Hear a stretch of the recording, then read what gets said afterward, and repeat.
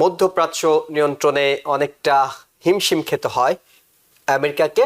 সেখানে ইরানকে বলা হয় প্রধান শত্রু।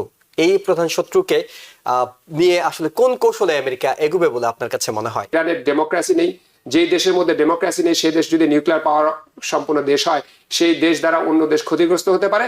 এখন ট্রাম্প চাচ্ছে নতুন একটা ডিল করা, এবং যে প্রেশারটা ট্রাম্প হঠাৎ করে ইরানের উপরে দিচ্ছে, ইরান কিন্তু আমেরিকার এই ট্রাম্প প্রশাসনের প্রতি তাদের আস্থা খুবই দুর্বল, খুবই কম। ডোনাল্ড ট্রাম্পের পলিসি হচ্ছে সবকিছুতে টু মাচ প্রেশার ইম্পোজ করা এবং তারপরে ছাড় দিয়ে দিয়ে একটা জায়গায় মানুষকে নিয়ে আসা। প্রেসিডেন্ট ডোনাল্ড ট্রাম্প অনেকগুলো উইন্ডো খুলছেন, তার মধ্যে ইরানের একটা উইন্ডো তিনি খুলেছেন। তিনি ইরানের নিউক্লিয়ার কিংবা পারমাণবিক শক্তির বিষয়ে তিনি আলোচনা করতে চান, যদিও খোমেনি এই ধরনের আলোচনায় কোনো আশা দেখছেন না, কিংবা এই ধরনের আলোচনায় কিছু আসবে বলে তিনি মনে করছেন না। মধ্যপ্রাচ্য নিয়ন্ত্রণে অনেকটা হিমশিম খেতে হয় আমেরিকাকে। সেখানে ইরানকে বলা হয় প্রধান শত্রু। এই প্রধান শত্রুকে নিয়ে আসলে কোন কৌশলে আমেরিকা এগুবে বলে আপনার কাছে মনে হয়? ধন্যবাদ ভাই।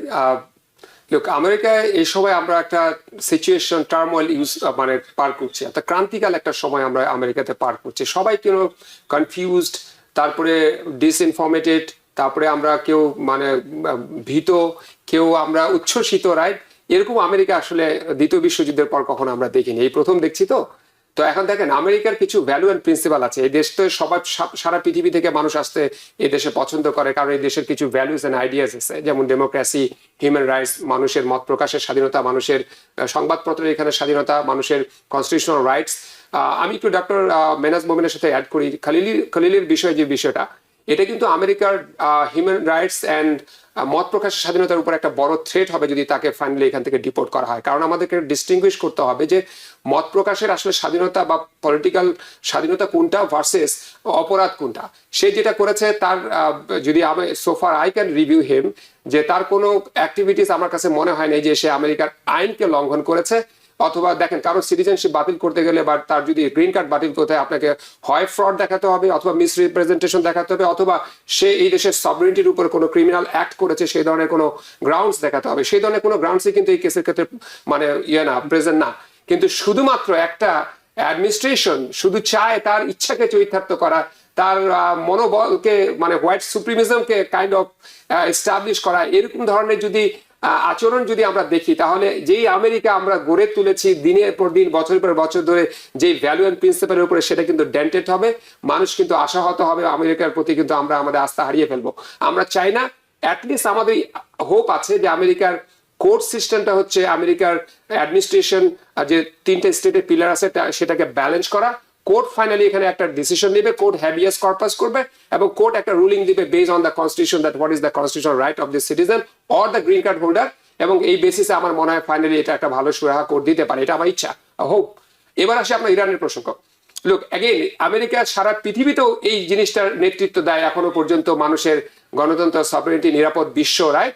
এখন এগুলো করতে গেলে আমেরিকাকে বিভিন্ন জায়গায় এগ্রিমেন্টে করতে হয়, নেগোসিয়েশন করতে হয়, এবং ইরান একটা মধ্যপ্রাচ্যের একটা বড় ফ্যাক্ট, বড় একটা প্লেয়ার। যদিও আমেরিকার যুক্তি হচ্ছে যে ইরানের ডেমোক্রেসি নেই, যে দেশের মধ্যে ডেমোক্রেসি নেই সেই দেশ যদি নিউক্লিয়ার পাওয়ার সম্পন্ন দেশ হয়, সেই দেশ দ্বারা অন্য দেশ ক্ষতিগ্রস্ত হতে পারে, which is like kind of logical. But at the same time এরকম কোনো প্রতিপক্ষ বা দেশকে যদি আপনি ওয়ার্ল্ড অর্ডারের মধ্যে নিয়ে আসতে চান, তাহলে তার সাথে আপনাকে ভালো নেগোসিয়েশন করে তাকে একটা ডিলের মধ্যে নিয়ে আসতে হবে। 2015 সালে ইরানের সাথে একটা ডিল হয়েছিল। সেই ডিলটা কিন্তু ওবামা প্রশাসন বছরের পর বছর ধরে আলোচনা করে কিন্তু ইন্টারন্যাশনাল IAEA ওখানে ইনভেস্টিগেশনের জন্য পাঠায়, জাতিসংঘের সিকিউরিটি কাউন্সিলকে ইনভলভ করে, এবং মেজর প্লেয়ার, রিজনাল প্লেয়ার, বিশেষ করে ইউরোপিয়ান ইউনিয়ন এবং আশপাশের দেশগুলোকে সাথে নিয়ে কিন্তু একটা ডিলে পৌঁছেছিল। ট্রাম্প প্রথমবার ক্ষমতায় এসে কিন্তু সেই ডিলটাকে তুড়ি মেরে উড়িয়ে দিয়েছে, সে সেই ডিলটাকে একদমই মানেনি। এটা কিন্তু উচিত হয়নি। এখন ট্রাম্প চাচ্ছে নতুন একটা ডিল করা, এবং যে প্রেশারটা ট্রাম্প হঠাৎ করে ইরানের উপরে দিচ্ছে, ইরান কিন্তু আমেরিকার এই ট্রাম্প প্রশাসনের প্রতি তাদের আস্থা খুবই দুর্বল, খুবই কম।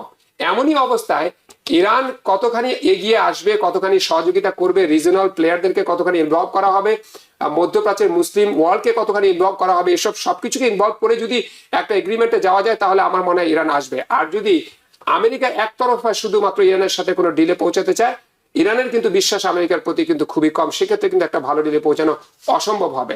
এবং America too much pressure impose করছে। ওকে, ডোনাল্ড ট্রাম্পের পলিসি হচ্ছে সবকিছুতে টু মাচ প্রেশার ইম্পোজ করা এবং তারপরে ছাড় দিয়ে দিয়ে একটা জায়গায় মানুষকে নিয়ে আসা। I hope he will be successful in doing this good deal. Otherwise, it will be also a regional establishment in that part of the world. আমরা অবশ্যই এটা দেখতে চাই না। আমরা চাই একটা পৃথিবী শান্তিপূর্ণ পৃথিবীতে সবাইকে সহাবস্থানে দেখতে। নিউ ইয়র্ক থেকে সম্প্রচারিত TVN 24 টেলিভিশন বিশ্বজুড়ে বাঙালির কণ্ঠস্বর।